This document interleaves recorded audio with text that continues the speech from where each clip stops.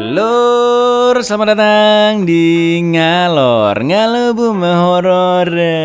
Lur, sehat-sehat kabeh ya lur. Kondisi amplop lebaran apa kabar? Sudah habis apa belum? Balik mana ambek aku Icang seperti biasa. Sorry banget udah lama nggak upload lur. Biasa ini Pak RW baru sunatan. Kali ini kita akan mengalor salah satu film thriller Korea yang legend banget. Film yang sakit tapi keren abis lur. Plotnya unik, twistnya dapet, sinematografinya juga luar biasa. Tapi karena mengandung unsur kekerasan dan kevulgaran yang cukup kontroversi, dimohon dengan sangat bocil bisa keluar dulu ya kan. Film ini berjudul Oldboy tahun 2003. Ada versi remake Hollywoodnya lur tahun 2013. Tapi kalau menurutku pribadi, versi originalnya yang terbaik, jauh lebih kaya dan unik.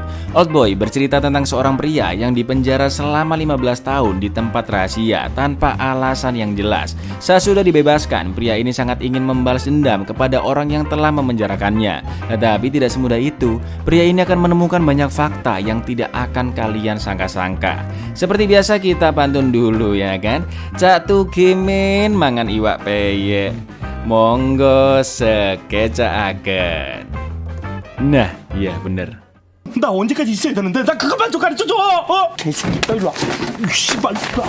야 그것만 좀 가르쳐 달라니까 이 씨발 놈들아.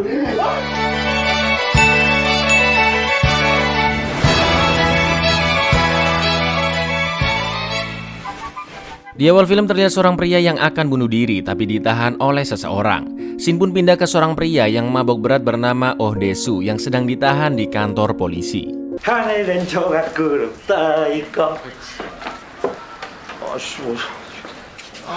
진짜 야 씨발 따라가. 이 새끼 저거 진짜 콩밥 좀 먹여야 안 되겠다. Sampai akhirnya sahabat baiknya Jo Hwan datang dan membantunya untuk bebas. Jo Hwan berjanji Dae-soo tidak akan mabuk dan berbuat onar lagi. Dae-soo punya seorang putri yang sedang ulang tahun bernama Yoon Hee. Dia menelpon putrinya dan mengatakan jika sudah membawa hadiah untuk putrinya. Lalu saat gantian Jo Hwan yang mengucapkan ulang tahun, tiba-tiba 대수야, 니 전화 받아. 대수야.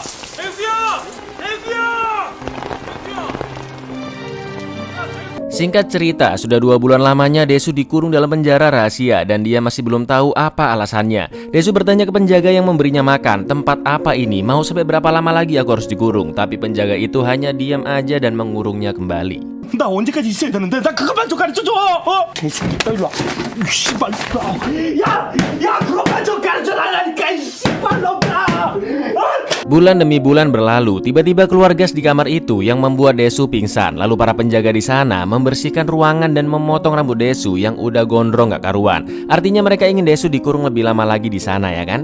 Setahun lamanya Dae-soo telah dikurung. Terlihat berita yang menyiarkan kasus pembunuhan Kim Ja-hyun, istrinya Dae-soo, di mana polisi menemukan sidik jari Dae-soo dan juga tetesan darah Dae-soo di TKP. Diduga Dae-soo lah pelaku pembunuhan istrinya sendiri karena motif pribadi. Sudah jelas di sini Dae-soo difitnah sama orang yang nyulik dia ya kan lur.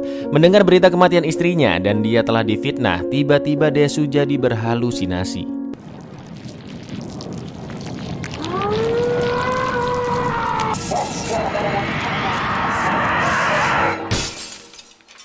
Tiga tahun telah berlalu, sampai-sampai Dae-soo menganggap TV bukan hanya hiburan dong, tapi juga pusat informasi, teman bahkan sebagai kekasihnya. Miris banget lur.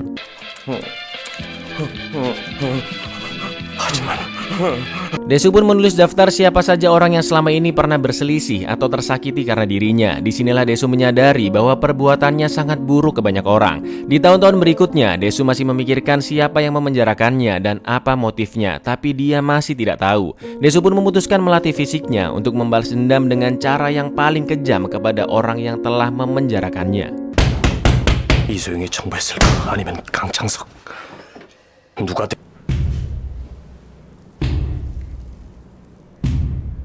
Dae-soo juga mentato tangannya agar dia tahu sudah berapa tahun dia di penjara. Perlahan-pelan Dae-soo berhasil menjebol tembok kamar itu. Saat tepat 15 tahun dia di penjara, tangan Dae-soo akhirnya berhasil merasakan hujan di luar gedung. Dae-soo pun sangat senang dan yakin bisa kabur sekitar 1 bulan lagi. Tapi tiba-tiba gas dikeluarkan. 한 달만 있으면 한 달 딱 한 달이다. 나간다. 한 달만 있으면 나간다. Seorang mbak-mbak datang dan menghipnosis Dae-soo. Lalu tiba-tiba Dae-soo sudah dibebaskan di atap sebuah gedung.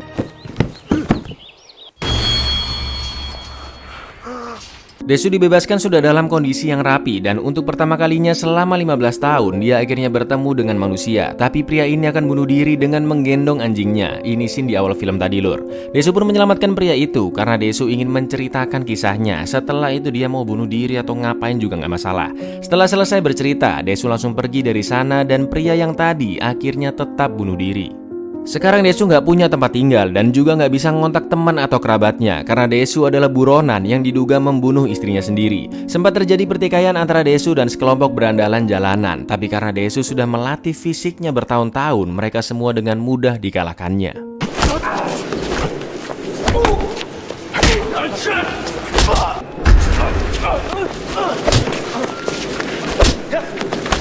Saat Desu bingung harus berbuat apa, tiba-tiba ada Wong Gendeng datang memberikan handphone dan juga dompet berisi banyak uang. Pastinya Wong Gendeng ini diperintah oleh seseorang. Namanya Gendeng, nurut aja dia ini akan disuruh-suruh. Setelah itu Desu pergi ke sebuah restoran dan minta makanan hidup-hidup ke Mbak Koki di sana. Tiba-tiba ada telepon masuk ke HP itu dari pria yang selama ini telah memenjarakannya. Anggap aja namanya X. Desu pun langsung menanyakan siapa dia sebenarnya dan kenapa memenjarakannya. Desu menebak banyak nama tapi nggak ada yang benar. 임덕윤, 이재평, 국수란 누구야? 너 누구야? 나요. 인생을 통째로 복습하는 거야.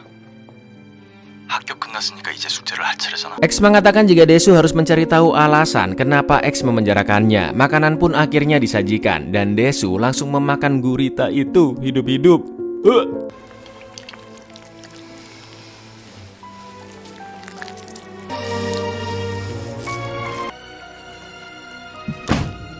Saat terbangun dari pingsannya, Desu sudah berada di apartemen wanita yang tadi bernama Mido. Mido sempat membaca diary milik Desu selama dia di penjara dan semalaman Mido merawat Desu yang sedang demam. Karena sudah 15 tahun tidak bertemu wanita, langsunglah kesetanan ya kan? Tapi Mido terus memukulinya sampai Desu menyerah. Desu mengatakan jika tadi dia kilaf dan mengakui itu adalah sebuah dosa yang tidak termaafkan. Mido mengatakan alasannya membawa Desu pulang karena dia ternyata menyukainya.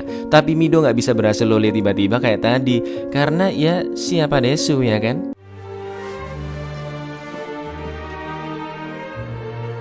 Setelah itu Mido membantu Desu untuk mendapatkan informasi tentang istri dan putrinya. Ternyata Yunhee sudah tinggal di Swedia dari 5 tahun yang lalu dan memiliki orang tua asuh yang bekerja sebagai dokter di sana. Yunhee bahkan tidak tahu berita yang beredar bahwa ayahnya telah membunuh ibunya. Karena istrinya sudah meninggal dan putrinya berada sangat jauh, Desu fokus melanjutkan pencariannya. Desu pun teringat dumplings atau pangsit yang selalu dimakannya selama di penjara, di mana ada nama tokonya yaitu Naga Biru. Desu tidak akan pernah lupa rasa pangsit itu selama 15 tahun dan dia terus mendatangi restoran-restoran Cina yang ada nama Naga Birunya sampai bisa ketemu pangsit dengan rasa yang sama. Tapi sayangnya Desu tidak menemukan satu pun yang sama. Saat di apartemen, terlihat Mido yang sedang chatting online dengan seorang pria. Ini aplikasi-aplikasi kayak gini zaman dulu terkenal banget lur, kayak MIRC atau Yahoo Messenger, tapi bisa video call. Lanjut, pria misterius itu sudah beberapa kali chattingan dengan Mido dan pria itu juga tahu jika Desu sudah dipenjara selama 15 tahun. Mengetahui fakta itu, Desu langsung mengambil palu di lemari dan akan pergi dari sana karena Desu sudah tidak bisa mempercayai Mido lagi. Akhirnya Desu menemukan pangsit dengan rasa yang sama yang ada di restoran Naga Biru Violet. Desu pun mengikuti kurir restoran yang sedang mengantarkan pangsit dan sampailah dia di salah satu bangunan yang memiliki lantai rahasia nomor 7,5. Lantai itu adalah penjara rahasia tempat dia dulu disekap. Desu pun langsung menghajar penjaga koridor dan menyiksa pemilik penjara tersebut yang bernama Park.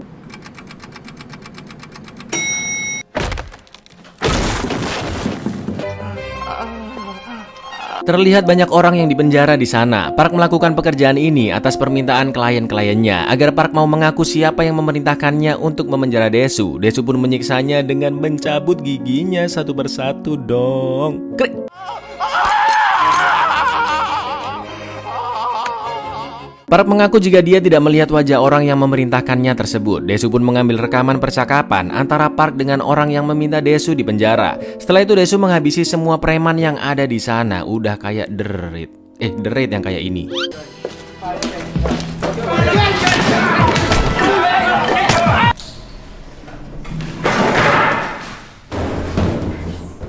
Dengan tubuh penuh darah, Desu akhirnya pingsan di tengah jalan dan ditolong oleh seorang pria. Anehnya pria ini meminta supir taksi mengantarkannya ke apartemen Mido dan dia juga tahu siapa Desu sebenarnya. 잘 가라 오대수.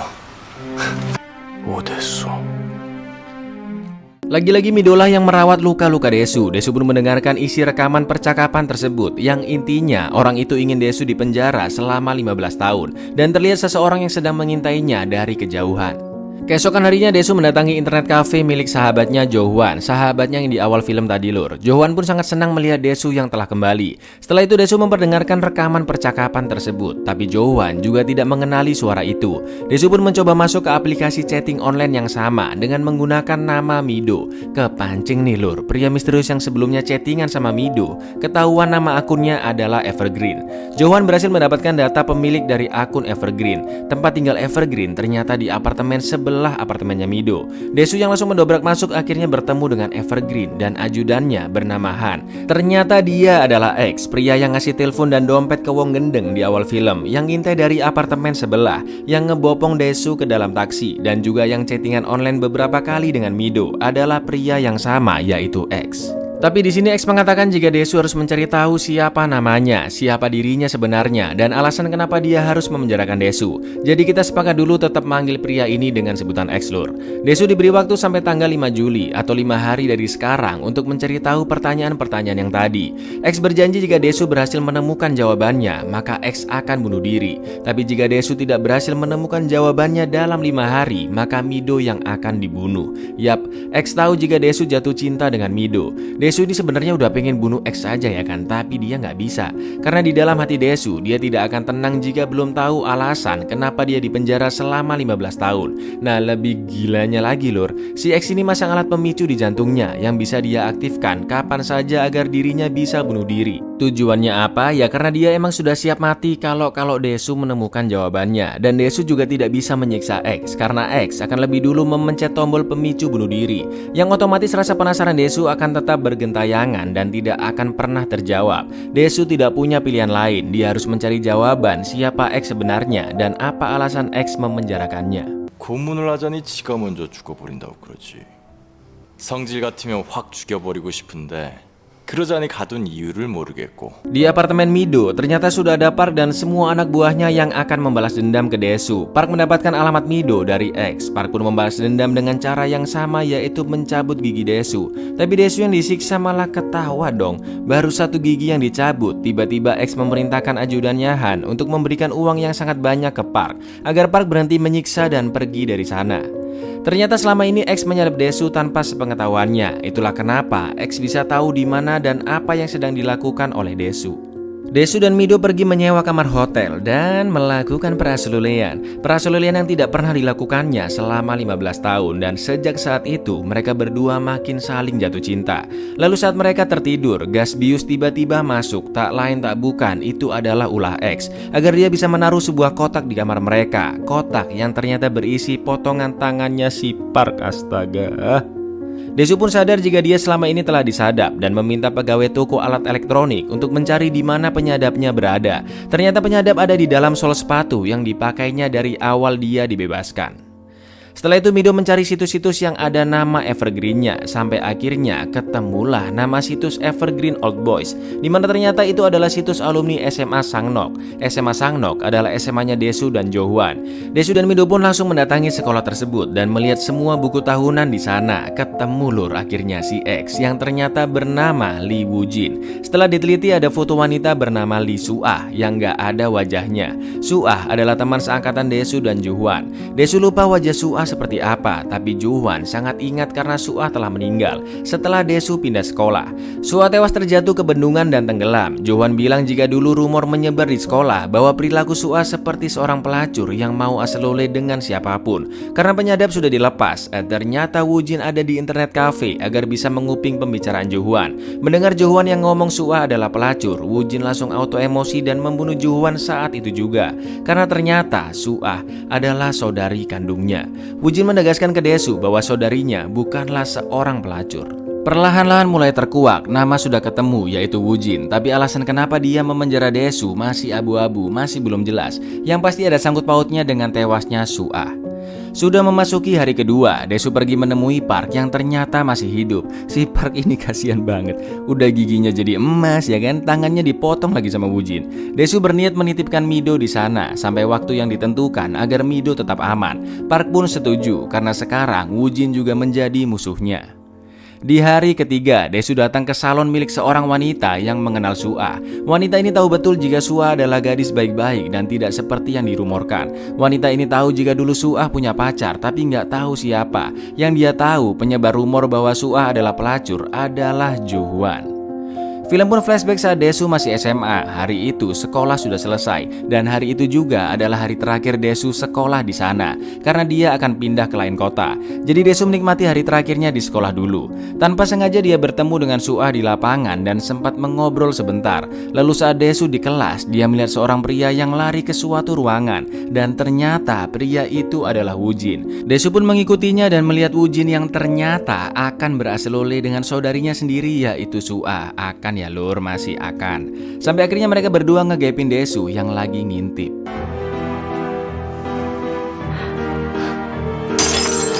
Desu pun menceritakan kejadian itu ke Jo-hwan. Meskipun Desu sudah melarang menyebarkannya, wah jelas tidak mungkin. Jo-hwan pun nyebar-nyebarin ke teman-temannya yang lain ya kan. Dan namanya rumor kayak gini lur, pasti digosipin dan terus dilebih-lebihkan kejadiannya. Desu ingat jika tanggal 5 Juli adalah tanggal saat Suah meninggal. Jadi Woo-jin sengaja memakai tanggal yang sama sebagai batas akhir Desu mencari jawaban. Karena Desu merasa sudah mengetahui jawabannya, dia akan datang ke tempat Woo-jin untuk membalas dendam. Mido pun menangis karena takut kehilangan kekasihnya. Tapi Desu menguatkannya agar dia tidak perlu khawatir. Dengan memakai semua petunjuk-petunjuk, Desu pun berhasil sampai di suatu gedung. Tepat ketika Woo-jin dan ajudannya Han juga akan naik lift ke tempat tinggalnya.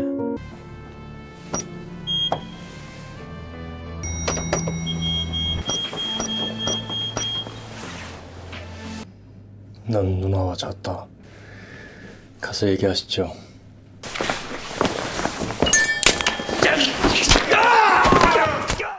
말로 하세요.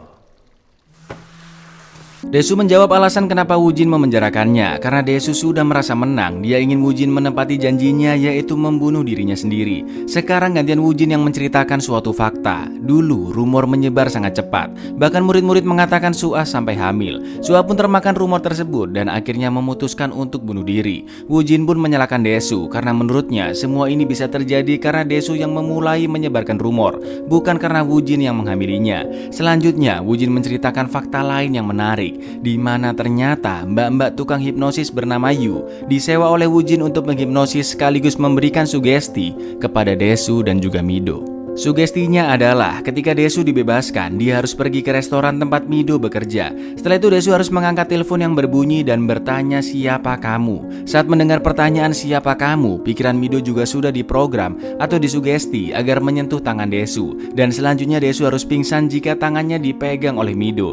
Jadi kalau kalian merasa aneh saat scene di restoran, loh kok tiba-tiba pingsan, kok tiba-tiba nyentuh tangan padahal nggak kenal, ya itu semua karena mereka berdua sudah dihipnosis dan diberikan sugesti oleh Mbak Yu. Woo-jin bilang harusnya kamu tidak menanyakan kenapa aku dipenjara selama 15 tahun, tapi harusnya kamu menanyakan kenapa aku dibebaskan setelah 15 tahun di penjara. Dan dengan psikopatnya, Woo-jin menunjukkan sebuah kotak berwarna ungu yang berisi sebuah album foto, di mana ternyata Mido adalah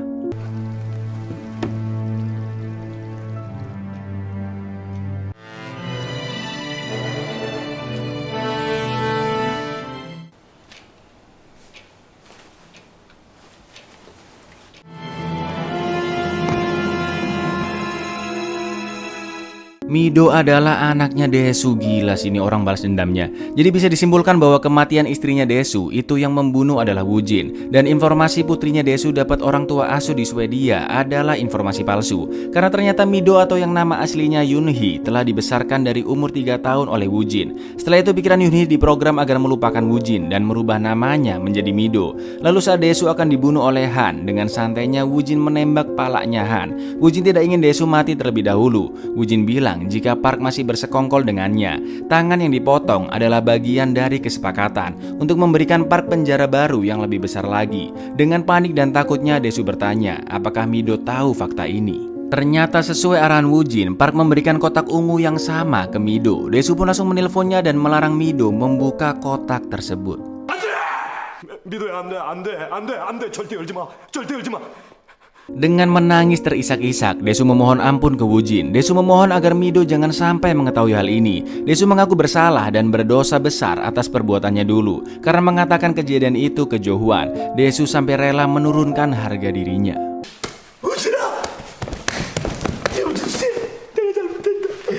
뭐든지 할게. 이렇게 싹싹 빌게. 네가 개가 되라면 내 개가 된다.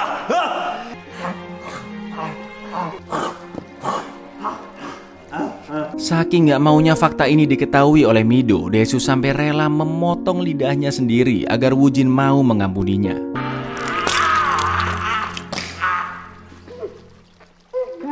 상자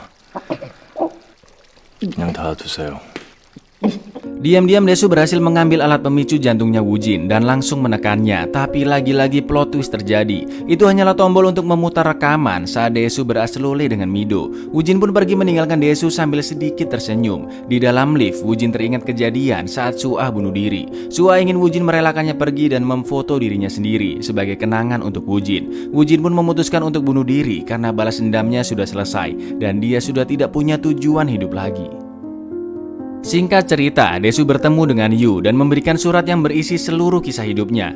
Desu ingin Yu menolongnya dengan cara menghipnosis dirinya agar bisa melupakan ingatan yang sangat menyakitkan tersebut. Meskipun hasil hipnosis Yu bisa saja salah, tapi Desu tetap mau melakukannya. Yu pun mensugesti Desu agar dia terbagi menjadi dua orang. Orang yang pertama adalah Desu yang tidak tahu rahasia menyakitkan tersebut, sedangkan orang yang kedua adalah Desu yang tahu rahasia tersebut. Yu pun meminta orang yang kedua atau yang tahu rahasia itu untuk pergi dan terus berjalan sampai mati. Tiba-tiba Desu terbangun di hamparan salju dan sudah ada Mido yang menghampirinya. Tapi sayangnya Desu berada di tubuh orang yang kedua, atau Desu yang masih ingat betul rahasia menyakitkan tersebut. Mido pun bilang jika dia sangat mencintai Desu. Itu artinya Mido masih belum tahu fakta bahwa Desu adalah ayahnya, sedangkan Desu hanya bisa menahan rasa sakitnya.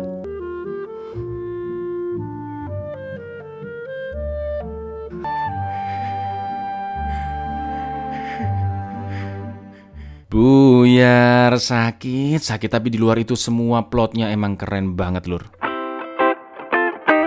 Buat kalian yang udah nonton Ngalor No Mercy, menurut kalian lebih sakit yang mana dan plotnya lebih bagus yang mana lur? Coba komen-komen di bawah ya. Sebenarnya nggak dijelasin apakah Suah beneran hamil apa enggak, tapi dari dialognya mereka berdua, menurutku Suah ini nggak hamil, jadi dia murni bunuh diri karena kemakan rumor dari para murid-murid. Namanya juga anak SMA ya kan? Seandainya dulu Oldboy marketingnya bagus, terus banyak media yang ngebahas, bisa jadi dapat Oscar juga kayak Parasite karena banjir pujian dari para kritikus, meskipun juga penuh dengan kontroversi. Dan di sini aktingnya Choi Min Sik gila keren banget, komplit semua ekspresi ada ya kan, marah, sedih, seneng, apalagi gila, sampai jadi anjing juga totalitas lur, jilat-jilat sepatu tuh dibelain. Buat kalian yang belum nonton versi original dan remake Hollywoodnya, tak saranin nonton dulu versi originalnya ini yang jauh lebih unik dan natural. Oke, gitu dulu ya. Aku Icang undur diri, matur nuwun dan seno untuk suka ngegosip. Baca yes untuk subscribe di bawah ini. Assalamualaikum.